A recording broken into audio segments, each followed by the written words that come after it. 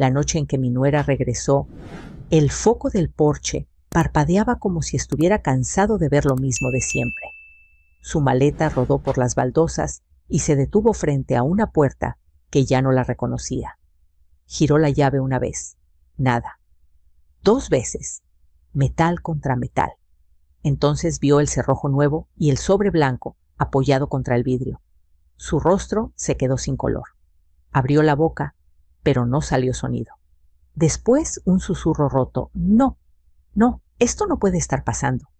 Desde adentro yo sostuve al bebé contra mi pecho y no abrí. No por rabia, por protección. Eso fue el final. Pero para entenderlo, hay que volver al principio. Mi nombre es Rosa Martínez, tengo 62 años, y hasta hace poco mi vida era tranquila, predecible, de esas que se miden por rutinas y no por sorpresas.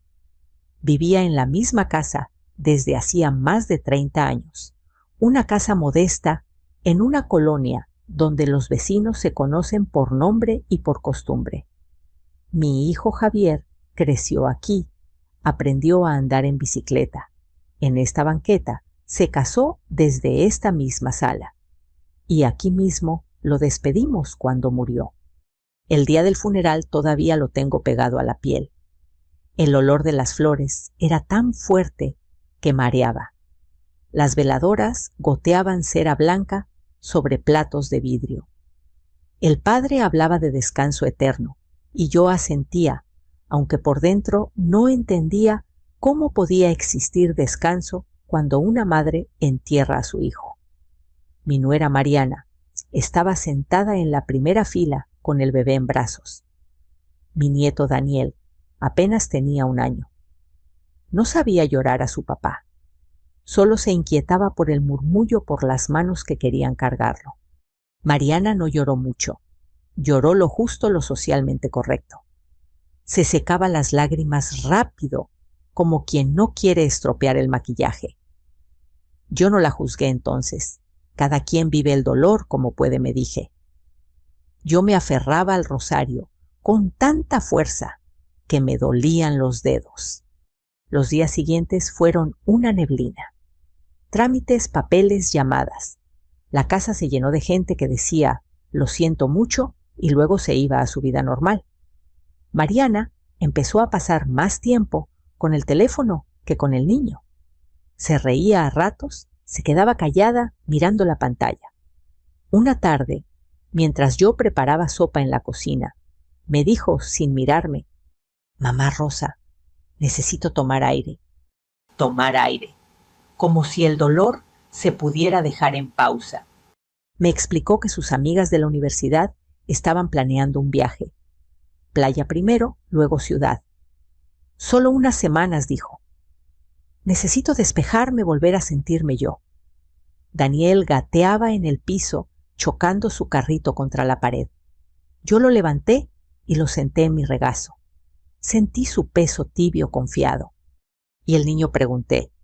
«¿Se queda contigo?», respondió ella, como si hablara de dejar una planta al cuidado del vecino. «Tú sabes hacerlo mejor que nadie». No hubo discusión larga. No hubo acuerdos claros. No hablamos de dinero ni de fechas exactas. Mariana ya tenía la decisión tomada. Al día siguiente se fue. Un beso rápido en la frente del bebé. Una maleta ligera. Un te llamo. Y la puerta cerrándose. Las primeras noches fueron las más duras. Daniel despertaba cada 2 horas. Lloraba con ese llanto fino que se mete en los huesos. Yo caminaba por la casa en penumbra, arrullándolo, sintiendo cómo la espalda se me cansaba antes que el corazón. El monitor del bebé hacía un ruido bajo constante como estática. La casa olía a leche tibia y a pañales recién cambiados. A la tercera noche, Daniel tuvo fiebre. No mucha, pero suficiente para preocuparme. Lo envolví en una cobija y lo llevé a la clínica de urgencias. La sala de espera estaba casi vacía. Un enfermero joven me miró con cansancio amable. «Está saliéndole un diente», me dijo la doctora. Usted lo está haciendo bien, abuela. Esas palabras me hicieron temblar más que el diagnóstico. Lo está haciendo bien, como si alguien hubiera visto el esfuerzo invisible. Mariana mandó mensajes, sí. Fotos frente al mar, copas levantadas. Te extraño, escribió una vez. No preguntó por la fiebre hasta muchas horas después, y cuando lo hizo fue con un «¿ya está mejor?». Yo contestaba corto, educado. No quería pelear, no quería gastar energía en eso. Empecé a guardar todo. Recibos de pañales, notas médicas, fechas, horas. No porque pensara en problemas legales, al menos no al principio. Era una forma de sentir control en medio del caos. Una forma de decirme que no estaba imaginando el peso que cargaba. Con el paso de los días, el cansancio se volvió costumbre. Aprendí a calentar biberones medio dormida, a dormir sentada, a trabajar el cuerpo aunque la mente pidiera descanso. Los vecinos ayudaban a ratos. La señora Leticia me traía pan dulce. Don Ernesto se asomaba a preguntar si necesitaba algo. Todos sabían que Mariana no estaba.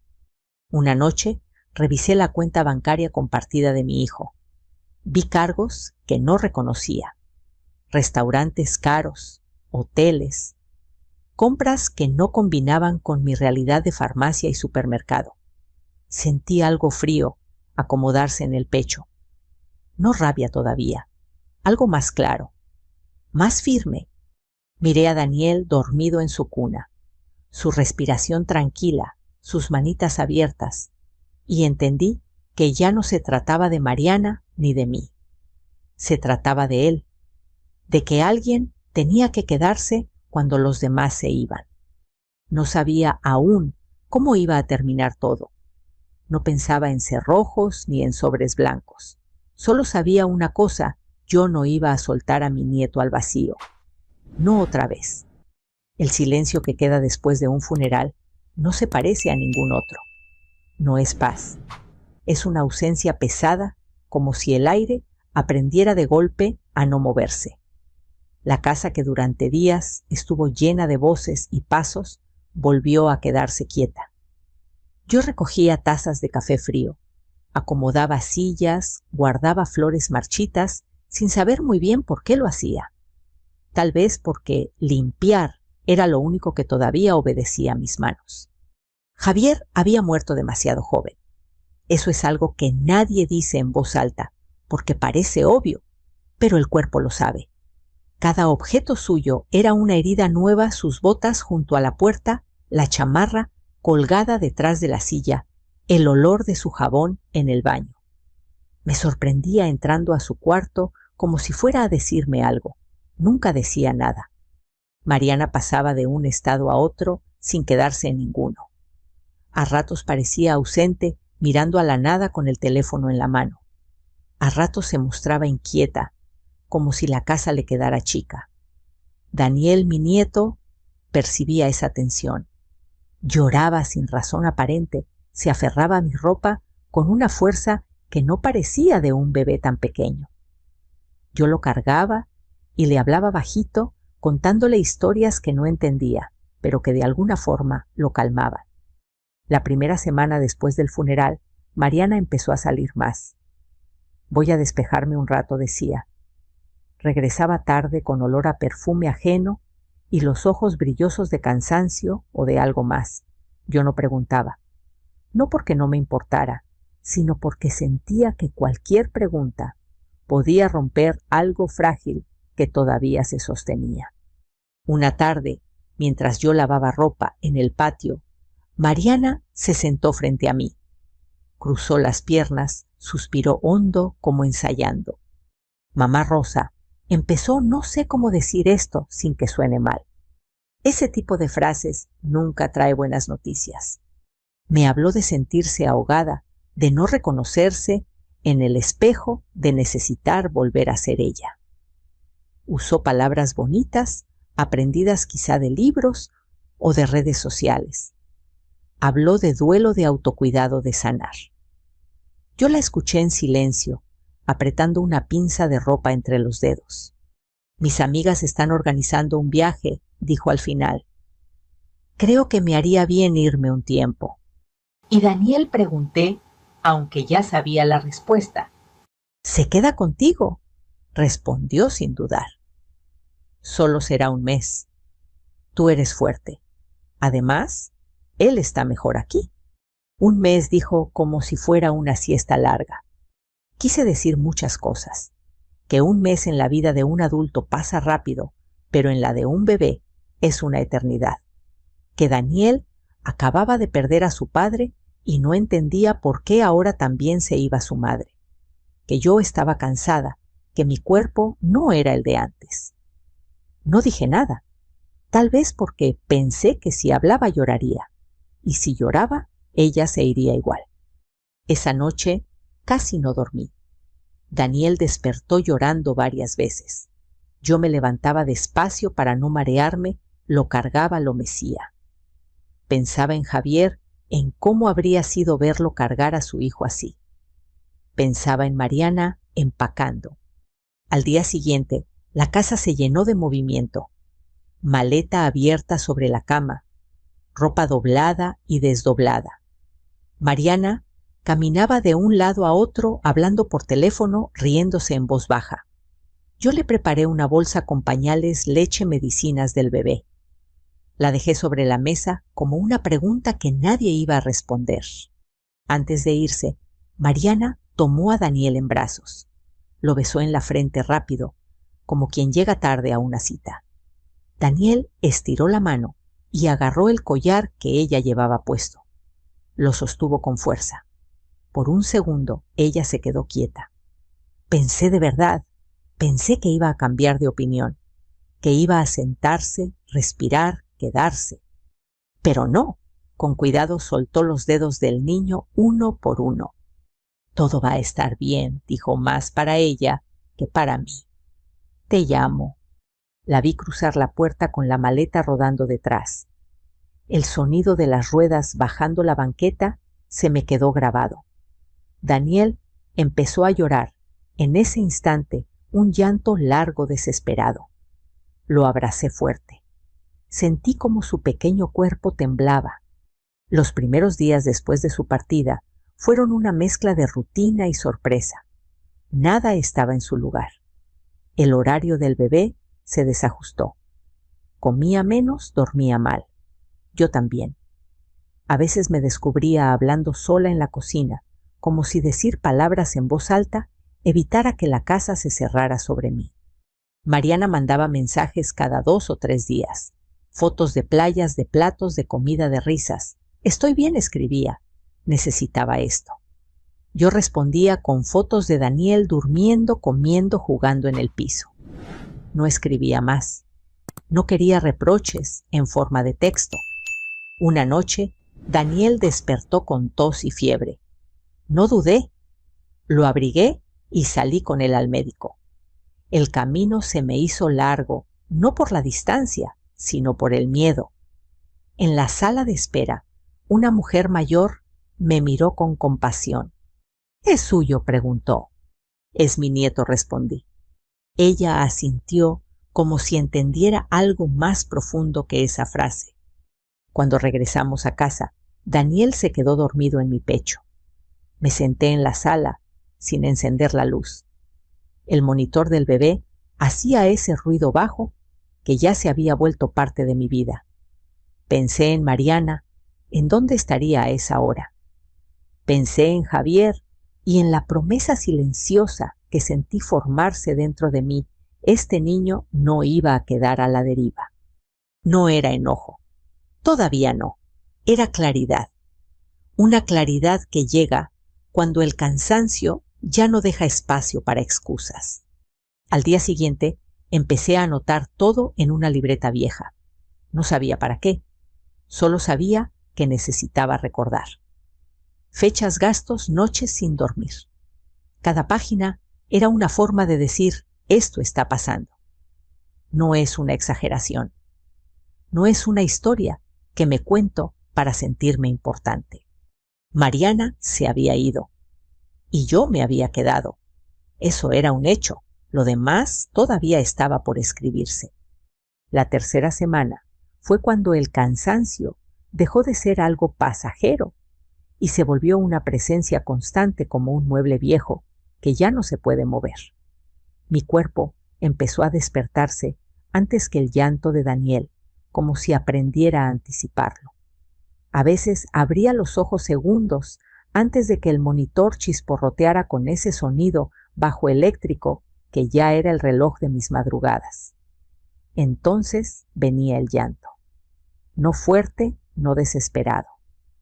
Un quejido cansado, insistente, que pedía abrazos. Lo levantaba de la cuna con cuidado, tratando de no forzar la espalda. Sentía sus manitas buscar mi cuello, aferrarse a mi ropa. Su piel estaba tibia, siempre un poco más caliente de lo que me tranquilizaba. Caminaba con él por el pasillo oscuro, contando pasos para no tropezar. La casa olía a fórmula, a jabón neutro, a ropa secándose de madrugada porque el día no alcanzaba. Había noches en las que Daniel despertaba 3, 4 veces. Yo me sentaba en la mecedora y lo arrullaba con un ritmo que no sabía que aún recordaba. Le cantaba bajito canciones que le canté a Javier cuando era niño. No porque Daniel entendiera las palabras, sino porque yo necesitaba escuchar algo que no fuera el silencio. En una de esas noches, Daniel no se calmó. Lloraba con un llanto distinto, más agudo. Le toqué la frente. Estaba caliente. Busqué el termómetro con manos torpes. 38. No entré en pánico, pero sentí ese nudo conocido en el estómago. Lo envolví en una cobija, me puse un suéter encima del pijama y salí con él a la clínica de guardia. La calle estaba casi vacía. Los postes de luz parecían más altos, más fríos. En la sala de espera, una televisión encendida sin sonido mostraba noticias que no miré. Un hombre tosía en una esquina. Una mujer joven dormía con la cabeza recargada en la pared. Yo sostenía a Daniel contra mi pecho, sintiendo su respiración rápida. Cuando la doctora nos atendió, fue breve y clara. Es un resfriado leve, quizá por la dentición. Nada grave, usted está haciendo lo correcto. Otra vez esas palabras. Lo correcto. Salí de ahí con una receta y una mezcla rara de alivio y cansancio. Esa madrugada, ya de regreso en casa, le escribí a Mariana. Daniel tuvo fiebre. Ya lo vio el doctor. Está bien. No hubo respuesta inmediata. Dejé el teléfono boca abajo y me concentré en el bebé hasta que volvió a dormirse. Me quedé un rato más sentada, mirándolo como si al vigilarlo pudiera evitar que algo más se rompiera. Al día siguiente revisé la despensa y me di cuenta de que faltaban cosas. Salí al supermercado con Daniel en el carrito.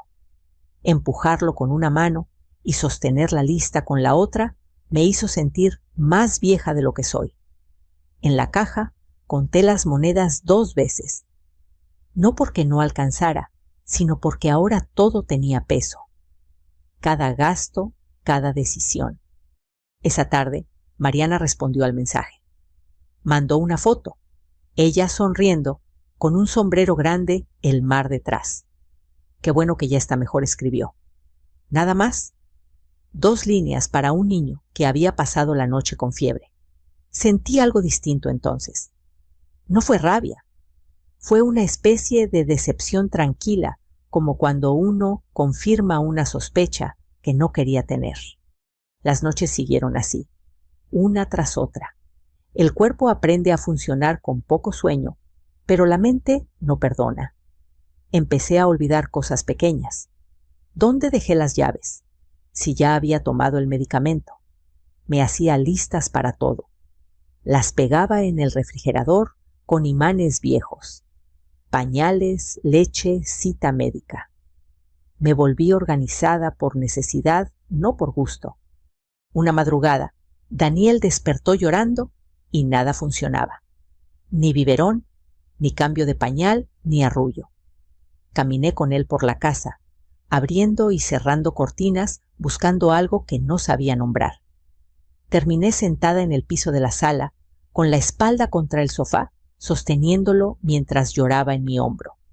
Sentí mis propios ojos llenarse de lágrimas. No lloré fuerte. Lloré callado con cuidado de no asustarlo. Pensé en Javier, en cómo habría reaccionado él ante una noche así. Pensé en Mariana, en si estaría durmiendo en una cama cómoda, con aire acondicionado, sin interrupciones.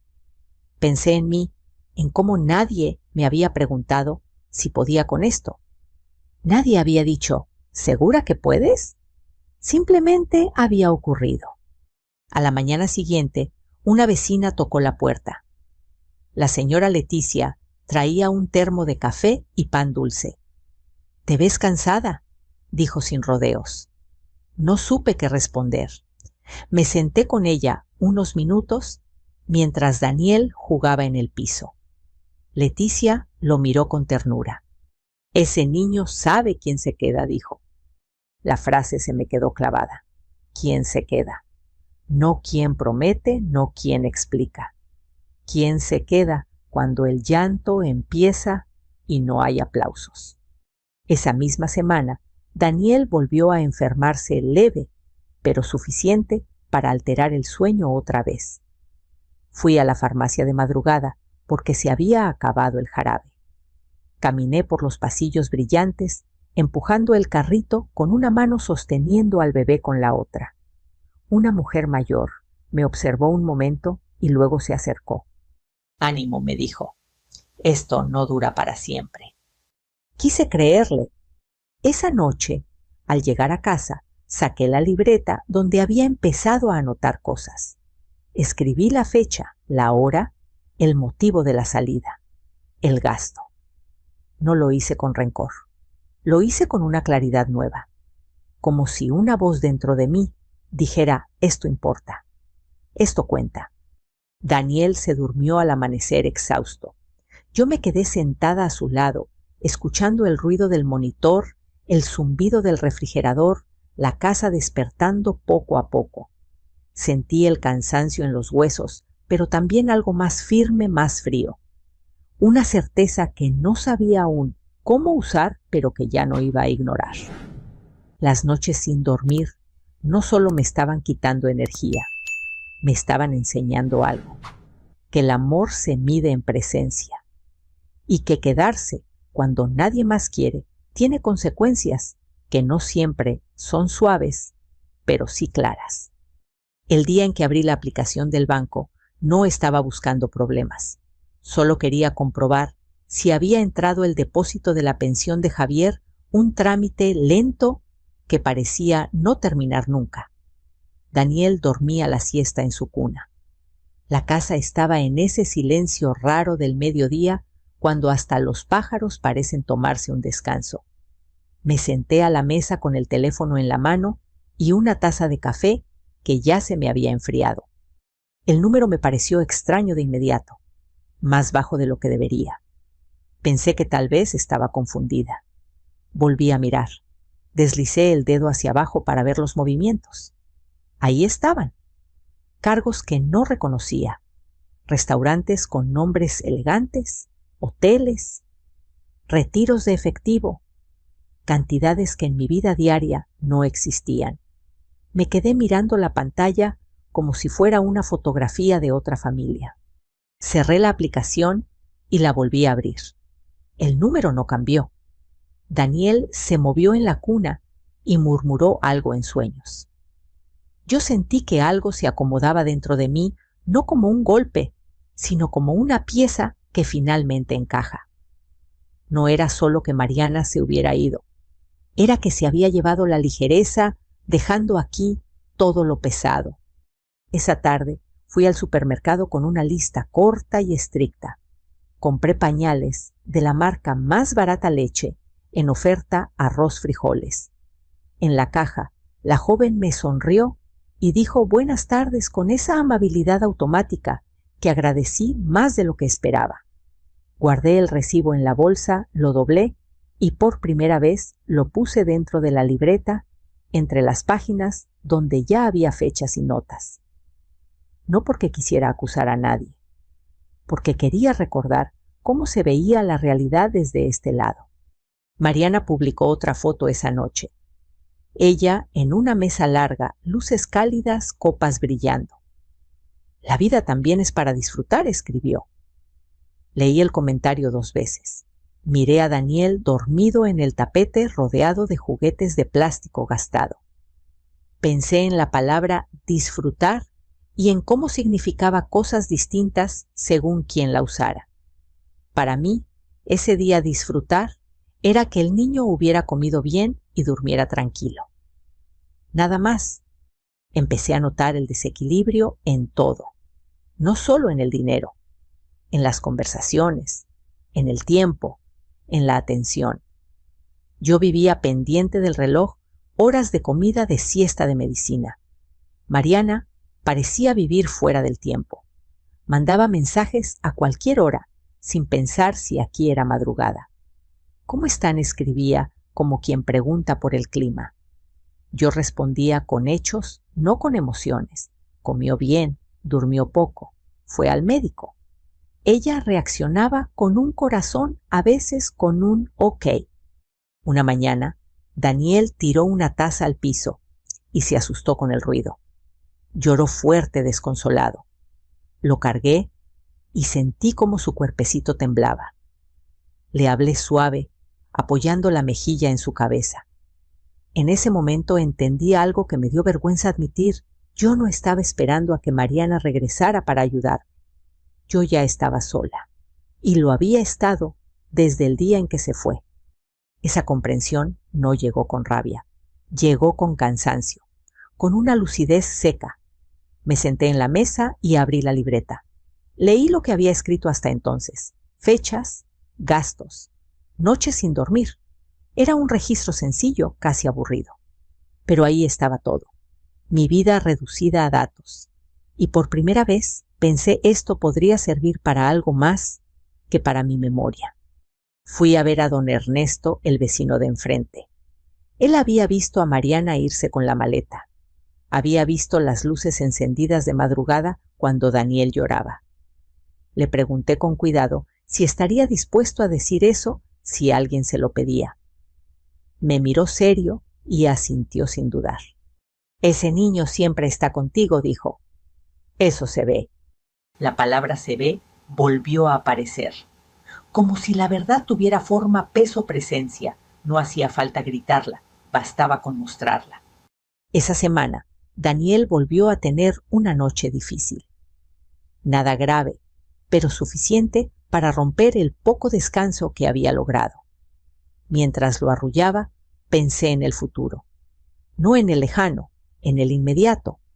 ¿Qué pasaría cuando Mariana regresara y quisiera llevarse al niño como si nada? ¿Qué pasaría si decidía vender cosas, mover dinero, cambiar planes, sin preguntar? No me imaginé discusiones ni escenas. Me imaginé a Daniel llorando otra vez, buscando brazos que no estaban. A la mañana siguiente tomé una decisión pequeña pero firme. Llamé a una amiga de la iglesia, alguien que sabía de trámites y de gente. Le pregunté si conocía a un abogado familiar o a un notario de confianza. No dije más, no conté la historia completa. Solo dije, necesito orientación. Ella no hizo preguntas. Me dio un nombre y un número. Colgué el teléfono y me quedé un rato sentada mirando la pared. Sentí miedo. No del conflicto, sino de cruzar una línea invisible. De dejar de ser solo la abuela que ayuda y convertirme en alguien que pone límites. Pensé en Javier, en lo que habría querido él. Pensé en Daniel, en lo que necesitaba ahora. Ese día guardé los últimos recibos en la libreta y la cerré con cuidado. No como quien prepara un arma, como quien organiza una casa antes de una tormenta. El desequilibrio ya estaba ahí. Fingir que no existía no lo iba a corregir. Alguien tenía que nivelar la balanza. Y por primera vez, desde que Mariana se fue, Supe que esa persona iba a ser yo. La oficina del abogado estaba en una calle tranquila, de esas donde los árboles dan sombra, aunque el sol caiga fuerte. Llegué con Daniel dormido en el cochecito y la libreta apretada contra el pecho como si fuera algo frágil. No sabía exactamente qué iba a decir. Solo sabía que ya no podía seguir improvisando. El mundo no se había detenido para esperarme a entenderlo. El abogado se llamaba licenciado Ramírez, un hombre de unos 50 años, voz calmada, escritorio, ordenado sin lujos. Me invitó a sentarme y miró al bebé con una sonrisa breve y respetuosa. No hizo comentarios innecesarios. Eso me tranquilizó. «Cuénteme», dijo. «Desde el principio». Y lo hice. Hablé del funeral, del viaje de las noches, sin dormir, de las consultas médicas, de los mensajes escasos. Hablé despacio, sin adornos. Cuando me quedaba en silencio, buscando una palabra, él no me apuraba. Solo asentía y tomaba notas. Daniel se despertó a mitad de la conversación y empezó a jugar con una llavecita de plástico. El sonido suave marcaba el ritmo de lo que yo decía. Cuando terminé, el licenciado se reclinó un poco en la silla. «Mire, señora Rosa, empezó la ley no castiga a alguien por viajar, pero sí observa los hechos. ¿Quién cuida? ¿Quién paga? ¿Quién está presente?». Sacó una hoja en blanco y dibujó 2 columnas. En una escribió responsabilidad, en la otra ausencia. «No se trata de emociones», continuó. «Se trata de patrones, y los patrones se prueban con documentos». Abrí la libreta con manos que, para mi sorpresa, ya no temblaban. Le mostré los recibos, las fechas, las notas del médico, los mensajes sin respuesta. Él los revisó con atención, como quien arma un rompecabezas sin prisa. «Esto es claro», dijo al final. «Usted ha sido la cuidadora principal.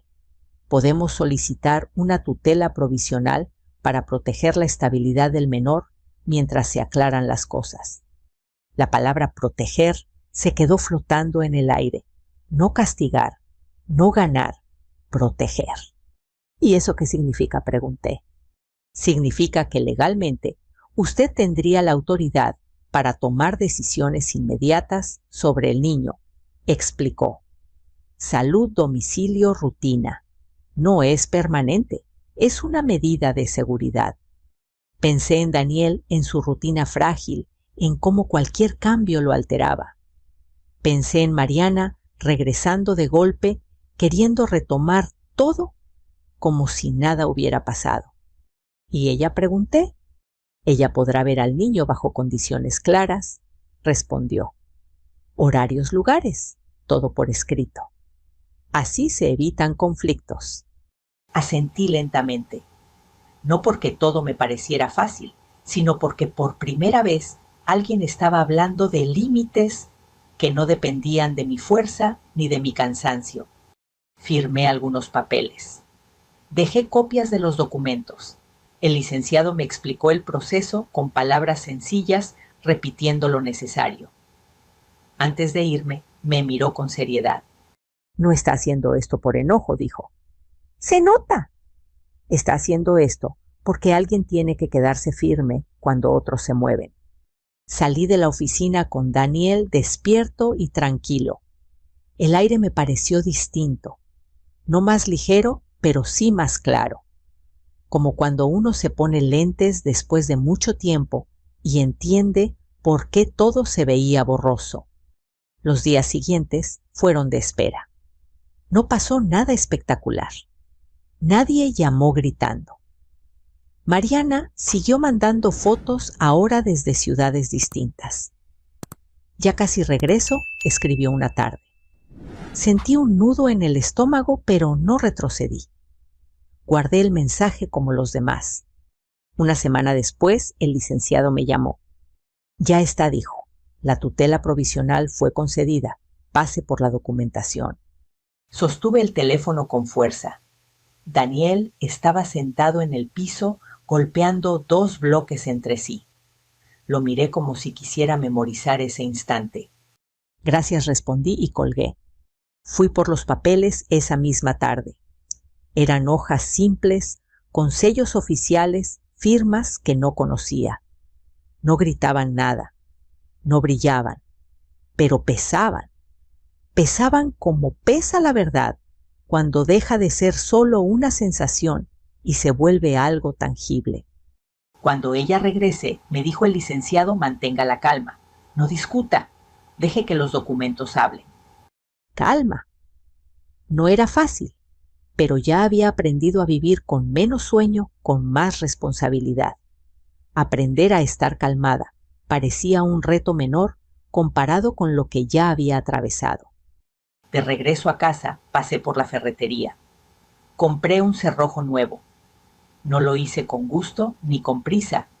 Lo hice como quien arregla una gotera antes de que empiece a llover. El hombre del mostrador no preguntó nada. Me entregó la bolsa y me deseó buena tarde. Esa noche, cuando Daniel se durmió, saqué los papeles y los puse en una carpeta manila. Los acomodé con cuidado. No los miré como un arma, sino como un cinturón de seguridad. Algo que ojalá no hiciera falta, pero que debía estar ahí. Cambié el cerrojo al día siguiente. El sonido del taladro me hizo saltar, pero seguí. Ajusté los tornillos despacio, probé la llave. Funcionaba. Me quedé un momento con la mano en la puerta, respirando hondo. No sentí triunfo, sentí responsabilidad. Esa tarde, Mariana escribió: «Llego mañana por la noche. Ya quiero ver a mi hijo». Leí el mensaje 2 veces. Miré a Daniel, que dormía la siesta con la boca entreabierta. No respondí de inmediato. Luego escribí una sola línea, como me había indicado el licenciado: «Hablamos cuando llegues». Guardé el teléfono y me senté junto a la cuna. Afuera, el día seguía como siempre. Los vecinos regaban plantas. Un perro ladraba a lo lejos. La vida no se había detenido para este momento, pero yo sí. Me quedé ahí, escuchando la respiración del niño, sosteniendo la certeza nueva que había aprendido a cargar. Los papeles no mienten, no levantan la voz, no consuelan, pero ponen las cosas en su lugar cuando las palabras ya no alcanzan. Y por primera vez desde que Mariana se fue, supe que no estaba esperando a ver qué pasaba. Estaba preparada. El ruido de las ruedas de la maleta fue lo primero que escuché. Ese golpeteo irregular sobre la banqueta vieja, como si cada paso anunciara algo que no quería nombrar. Eran las 6:12 de la tarde. La luz del porche estaba encendida no porque ya fuera de noche, sino porque ese foco llevaba meses fallando y prefería dejarlo así. Daniel estaba despierto. Lo tenía en brazos, apoyado contra mi pecho. Había aprendido a reconocer el sonido de una llegada importante, aunque no supiera por qué. Mariana apareció al final del camino, con el abrigo largo, el cabello acomodado, como si aún estuviera posando para una foto. Traía el teléfono en la mano y una sonrisa cansada que se le borró apenas vio la puerta. Subió los escalones con prisa, sacó la llave y la giró. 1 vez, 2. Frunció el ceño, miró el cerrojo nuevo como si fuera una broma de mal gusto. Rosa llamó. «¿Qué pasa? No abre». No respondí. Me quedé detrás de la puerta, sosteniendo a Daniel. Sentí su peso, su respiración tranquila. Mariana volvió a intentar con más fuerza. El metal raspó. Nada. «Rosa, abre», dijo ya sin sonrisa. «Ya llegué». Me acerqué al vidrio y levanté la carpeta manila para que pudiera verla. El sello oficial, la fecha, las firmas. Mariana tardó unos segundos en enfocar. Cuando lo hizo, su rostro cambió. Se acercó al cristal, leyó con dificultad desde afuera. Sus labios se movían como si intentara entender palabras que no encajaban con la historia que traía preparada. —¿Qué es esto? —preguntó en voz baja. —Papeles —respondí—. —Léelos. —¿Papeles de qué? Su voz empezó a temblar. —¿Por qué cambiaste la cerradura? Daniel se movió en mis brazos al escucharla. Emitió un sonido corto, incómodo. Yo apoyé la mano en su espalda despacio. —Porque alguien tiene que cuidar su estabilidad —dije—, y no se puede hacer con sorpresas. Mariana levantó la vista. Sus ojos estaban rojos, pero no de llanto, de enojo. —¿Estás castigándome? —dijo—, después de todo lo que he pasado. —No te estoy castigando —respondí—, estoy cuidando a tu hijo. Ella rió una vez seca. —¿Fui a sanar? —replicó—. Tú no sabes lo que es perder a alguien así. Sentí un golpe en el pecho, pero no levanté la voz. —Yo enterré a mi hijo —dije—, y me quedé. Mariana apretó los labios. Miró a Daniel a través del vidrio. Estiró la mano como si pudiera tocarlo. —Déjame entrar —pidió—. Déjame verlo. Es mi hijo. —Lo verás —respondí—, como indican los papeles, con horarios, con calma. —Esto es absurdo —gritó golpeando el vidrio con la palma—. No puedes hacerme esto. Daniel se sobresaltó y empezó a llorar. Un llanto corto, asustado. Lo abracé más fuerte. Mariana se quedó quieta al verlo llorar. Por un segundo, su expresión se quebró. Pensé que iba a bajar la voz. Pensé que iba a pedir perdón. Pero no. Sacó el teléfono con manos temblorosas. —Voy a llamar a la policía —dijo—. Esto es ilegal. —Hazlo —respondí—. Ellos saben leer. Los minutos que siguieron fueron lentos, densos. Mariana caminaba de un lado a otro, hablando por teléfono, gesticulando. Yo me quedé detrás de la puerta, arrullando a Daniel hasta que su llanto se convirtió en un quejido suave. El monitor del bebé, encendido en la sala, hacía su ruido constante como un latido. Cuando llegó la patrulla, el ruido de las llantas sobre la grava hizo que la señora Leticia asomara la cabeza desde su casa. El oficial subió los escalones, miró a Mariana y luego a mí, a través del vidrio. —Buenas tardes —dijo—. —¿Qué sucede? Abrí la puerta solo lo suficiente para que la cadena permitiera hablar. El aire frío entró junto con el olor a perfume y calle. —Oficial —dije—, aquí están los documentos. Le pasé la carpeta por el espacio. Él la abrió bajo la luz del porche, leyó con atención. Mariana hablaba sin parar, explicando su versión. El oficial levantó la mano para pedir silencio. Terminó de leer y asintió. —Señora —le dijo a Mariana—, esto es una tutela provisional válida. Ella tiene derecho a la custodia y al uso del domicilio por ahora. —¡Eso no puede ser! —exclamó Mariana—. Yo soy su madre. —Y por eso mismo —respondió el oficial con calma—, puede solicitar visitas conforme a lo establecido, pero no puede forzar la entrada. Mariana me miró como si no me reconociera. —¿Planeaste esto? —susurró. —Mientras yo estaba fuera, yo cuidé a Daniel —respondí—, y me preparé para protegerlo. El oficial cerró la carpeta y me la devolvió. —Todo está en orden —dijo—. Les recomiendo que sigan el proceso legal. Mariana bajó la mirada. Sus hombros se hundieron un poco. Por primera vez desde que la vi regresar, parecía cansada de verdad. No dijo nada más. Tomó la maleta y bajó los escalones despacio. Antes de irse, volteó una vez más. Miró a Daniel, que ya estaba tranquilo, con la cabeza recargada en mi hombro. —No —murmuró—, no puede estar pasando. La vi alejarse las ruedas de la maleta, sonando otra vez, pero ahora más lento. Cerré la puerta con cuidado, deslicé el cerrojo y respiré hondo. No sentí alivio inmediato. Sentí un cansancio profundo mezclado con una certeza tranquila. Llevé a Daniel a su cuna.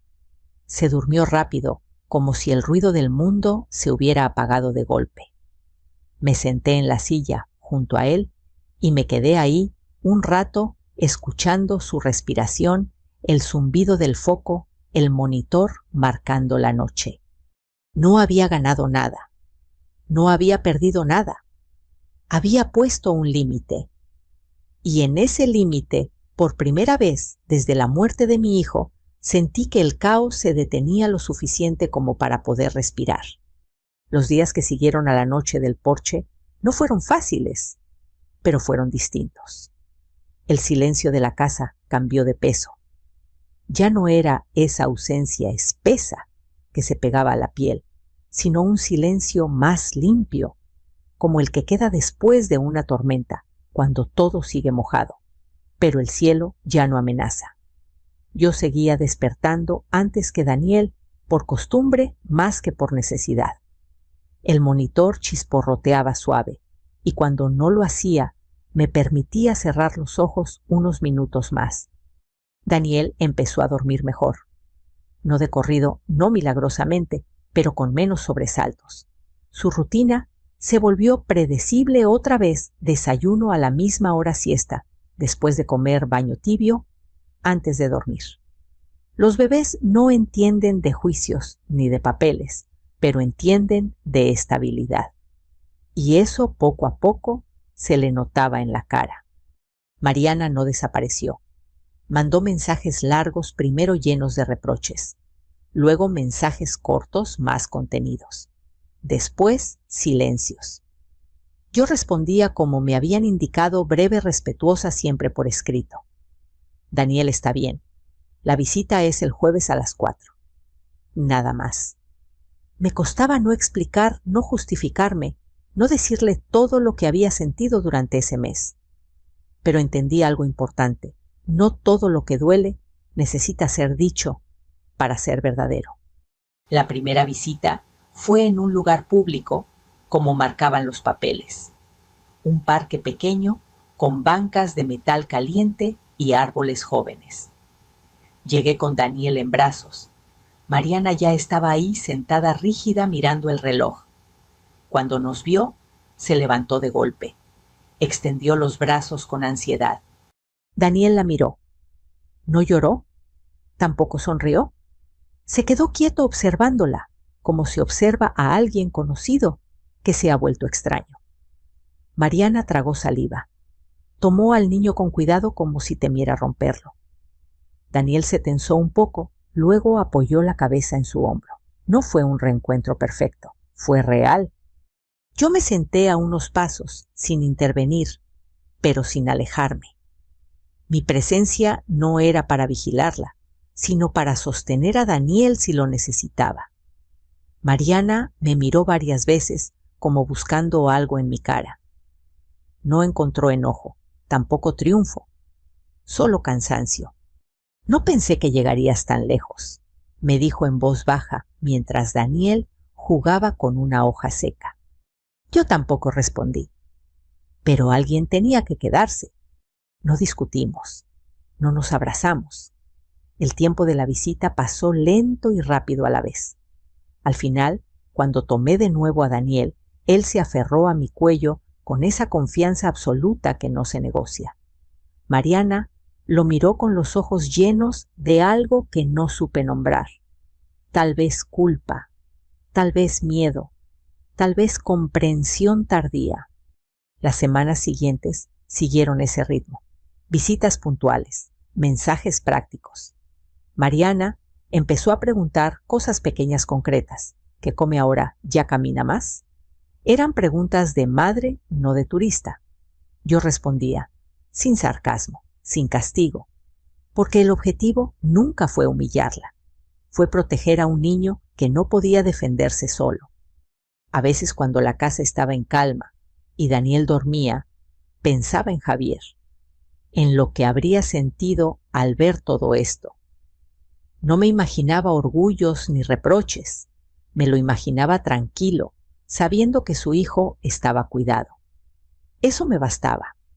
Aprendí que la justicia no siempre llega con gritos ni escenas grandes. A veces llega en forma de horarios de rutinas de papeles guardados en una carpeta manila. Aprendí que poner límites no te hace cruel, te hace responsable. Y que el amor, cuando es verdadero, no huye cuando duele. Se queda incluso cuando nadie aplaude. Mariana y yo nunca volvimos a ser lo que fuimos antes. Tal vez nunca lo seremos. Pero algo cambió. Empezó a llegar a tiempo, a cumplir, a quedarse callada cuando no sabía. No sé si aprendió la lección completa. Sé que Daniel por ahora está estable. Y en la vida de un niño pequeño, por ahora es una victoria enorme. Un domingo por la mañana, llevé a Daniel a caminar por la colonia. Se soltó de mi mano un segundo, dio 2 pasos inseguros y cayó sentado. Me miró sorprendido, luego sonrió como si caer fuera parte del juego. Me reí sola. Pensé en todo lo que había pasado y en lo que aún faltaba. Pensé que crecer es eso, intentar caer, levantarse con ayuda. Si estás escuchando esta historia y algo en ella te resulta familiar, quiero decirte algo con claridad. No eres débil por quedarte. No eres exagerado por poner límites. A veces la persona más fuerte en una familia es la que habla menos y hace más. La que se queda cuando otros se van buscando alivio. Me gustaría saber qué piensas. ¿Alguna vez te tocó cuidar mientras otros huían? ¿Desde dónde nos estás escuchando? Déjame un comentario. Aquí compartimos historias de vida que no buscan venganza, sino equilibrio. Si esta historia te acompañó, compártela con alguien que necesite escucharla. Y si quieres seguir caminando con nosotros, suscríbete. Hay muchas historias más que merecen ser contadas. Gracias por quedarte hasta el final.